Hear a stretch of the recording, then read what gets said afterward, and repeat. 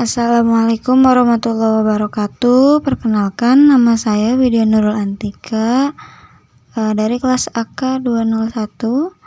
Di sini saya akan sedikit menerangkan tentang yang saya pahami dari soal UTS Ekonomi Makro.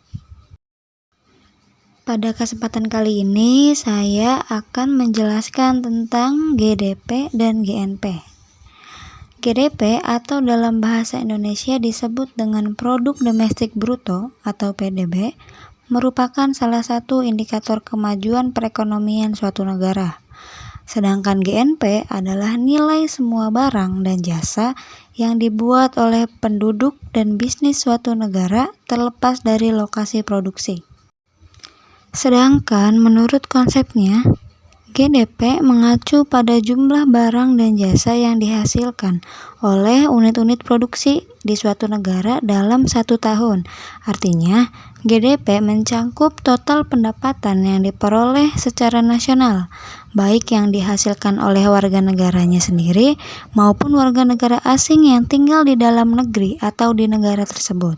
Sedangkan GNP mengacu pada jumlah nilai barang dan jasa yang dihasilkan oleh warga negaranya, baik yang tinggal di dalam maupun di luar negeri dalam satu tahun.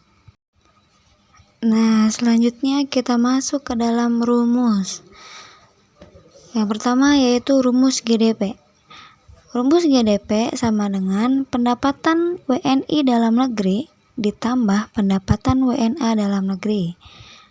Sedangkan GNP sama dengan GDP ditambah pendapatan WNI luar negeri dikurangi pendapatan WNA dalam negeri.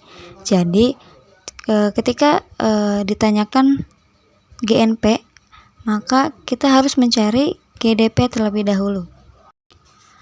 Lanjut kepada contoh soal. Di sini diketahui pada tahun 2030 warga negara Wakanda memiliki pendapatan dalam negeri sebesar 70 miliar rupiah dan warga negara Wakanda yang tinggal di luar negeri memiliki pendapatan sebesar 50 miliar rupiah. Nah, jika warga negara asing yang tinggal di Wakanda memiliki pendapatan sebesar 20 miliar rupiah, maka berapakah GDP dan GNP Wakanda pada tahun 2030? Oke, sekarang kita jawab yang GDP terlebih dahulu. Tadi rumus GDP adalah pendapatan warga negara dalam negeri ditambah pendapatan warga negara asing dalam negeri.